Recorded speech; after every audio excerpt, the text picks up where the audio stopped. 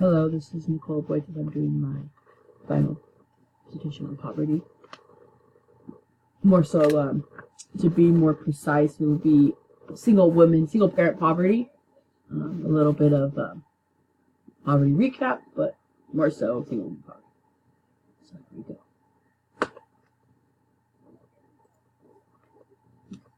So what is the problem? Single parent women in poverty. That is the problem. Sum it up, a mother with children, living in low income, living paycheck to paycheck, struggling daily to provide for her children, let alone stay above water. So a large majority of the global poor are women. That was found in the textbook, page 344. 30% of female-headed households, compared to 16% of male-headed households, are below poverty level. So that is just over half, 30 half, 30 to 15. And it's kind of sad. And you wonder why. Why is it that women households, lack and lack the financial aspect and are below, not at, below poverty level? And we're going to get into that. So the causes. So what causes single parent poverty? Or what causes single parents too as well? So 80% of cases involving children end up in the mother's care. These 2 bullet points: full responsibility of raising and supporting the children. I can relate to because I'm a single parent. I have custody of my 2 girls. They are 3 years old. I'm fully responsible of raising them. I support them. I pay for their gymnastics. I buy their food, their clothes, everything they need. Mom provides, and that's my job. And that's something that I will never take advantage of or never feel like it's too much, it's too overpowering. Why me? Something that I enjoy. I actually really do enjoy working and taking care of my kids. Women make 60 cents to the dollar compared to what a man earns. That statement alone just shows you we're just above half of what a dollar's worth what a man earns. You wonder why? Like why women? Why do women make less? I mean, at my job I work hard and I'm seen as one of the top. I fall right there with the guys. I fall right with the hardest worker. Fall with them at all. I know everything and I work hard and I want to make that pay increase. And I know there's a lot of people who do actually make more money because of the man they are, the position they do. This is a great example is that there's a position at my job that I wish I could take, but they've kind of already said that they will not hire a woman in that position. It's the loading dock because it's such a high demand and muscle and strength, and it's a hard working position that they only hire men to do it, and or to bid in for, they call it, that position. And it also is the highest paying position in the warehouse. And I personally feel like I can do it, and I know I could do it. I just wish I had the opportunity to do it. So working full time year round as hard as she can, and if she has 2 children to support, and she's right there at minimum wage, she will not get out of poverty. The good thing for me is I'm not at minimum wage at my job, but I do have 2 children, and I work full time year round, overtime like crazy, and still struggling to work paycheck to paycheck. I live off paycheck to paycheck right now, especially with school. So this is where my free time and everything's kind of taken up too. But right now, that's what it is. It is what it is. And hopefully one day I can beat that statistic as a single parent, and have be out of poverty. I feel like I'm not necessarily in poverty based on like previous assignments, but yeah, it's right there, paycheck to paycheck. So causes continued. So we take into consideration divorce. So how does divorce reflect on women's poverty or single parent poverty?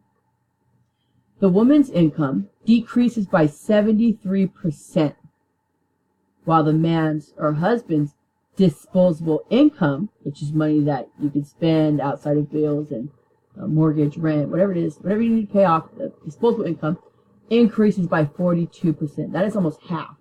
So not only does the man's money in his pocket decrease or increase by 42%, us females, we have to pretty much accept that we're going to decrease our income by 73%. And an example for that, how this could work, is the, say, example, we're married, and me and my husband get a divorce, and now I relied on his income. I relied on his income to take care of myself, along with the children, pay the house, buy groceries.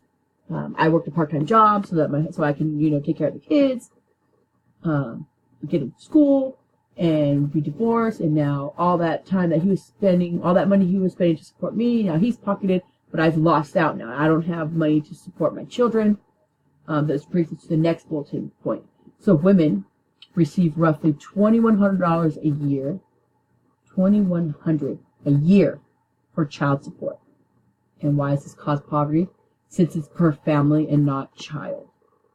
So we get a divorce. Now my ex-husband paying me only $2,100 a year for child support, and not by 2 kids that we have, and his income goes up. So now not only am I making only 60 cents to the dollar, I am making 60 cents to the dollar. I am living in poverty. I have to figure out how to take care of child care now that I have to work full time and go get a job.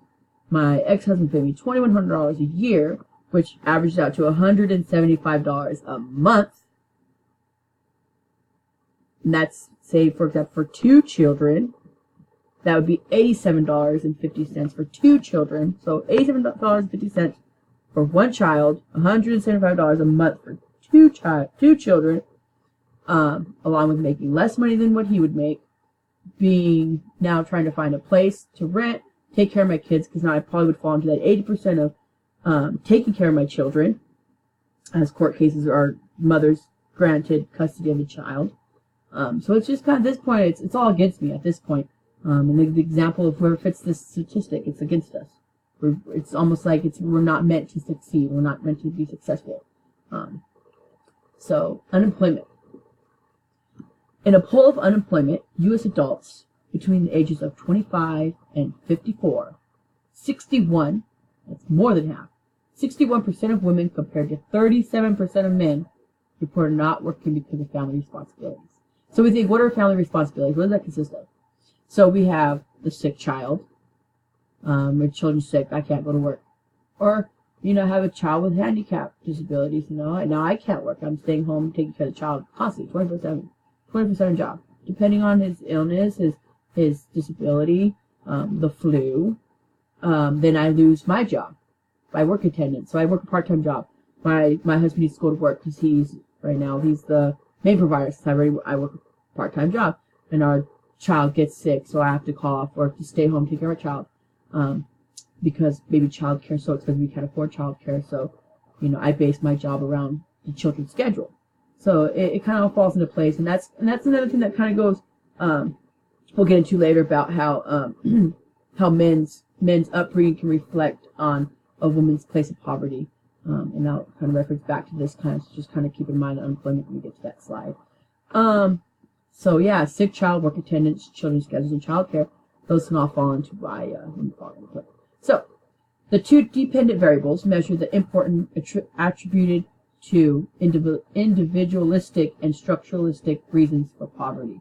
So I got this table from one of my papers that I read, and I thought it was great because I think it took what their survey was to take a list of reasons, and out of the people they would put, okay, so what does it fall in? So 59 people said, for example, 59 people said very important, 31 important, not important, very important, and important, depending on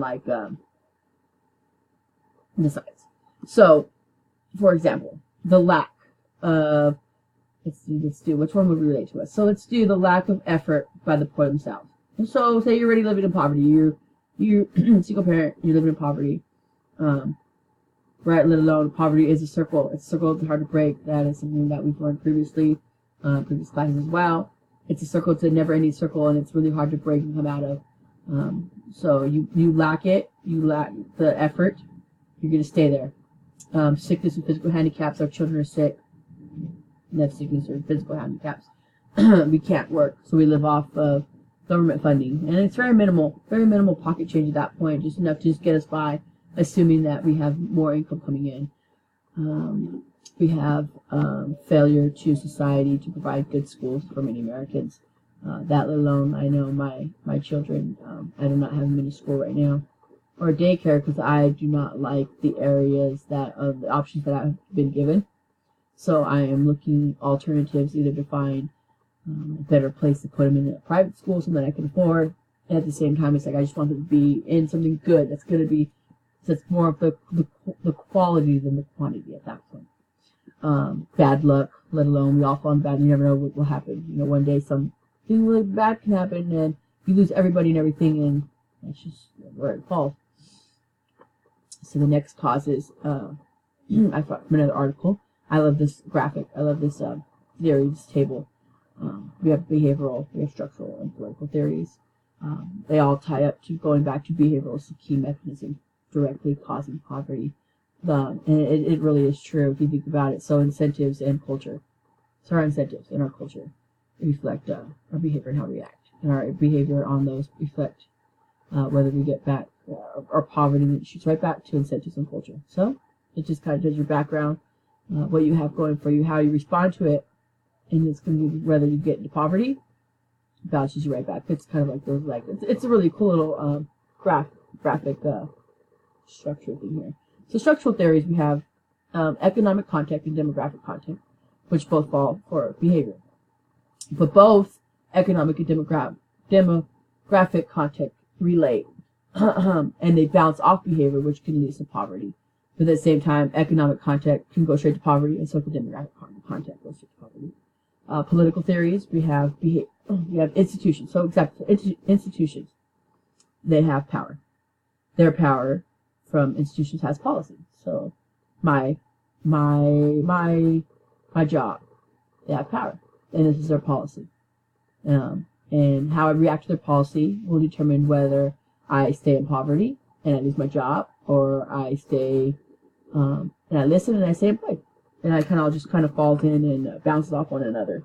But at the end of the day, it all comes back to behavior, how we respond to it. If we're going to say that we're going to stay in poverty, we're staying in poverty. If we're going to beat poverty, we put our mind to it and work hard. We're going to beat poverty, we put our mind to it and work hard.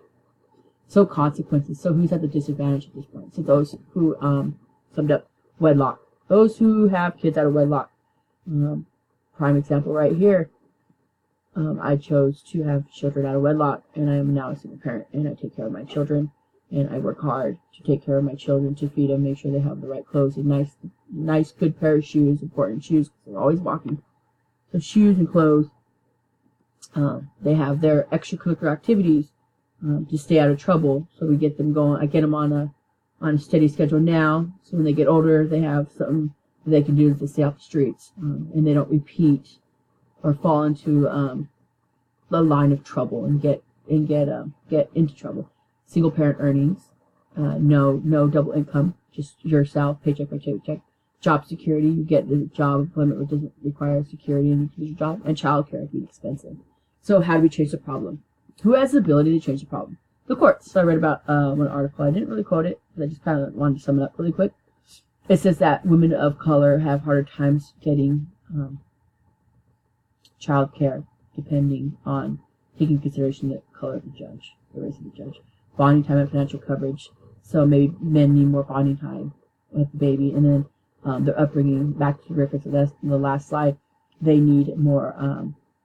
They need to know that it's important for them to open up and be nurturers as well, and not just be working. And when we pay compensation, we don't make enough money sometimes. Solutions. Churches help out.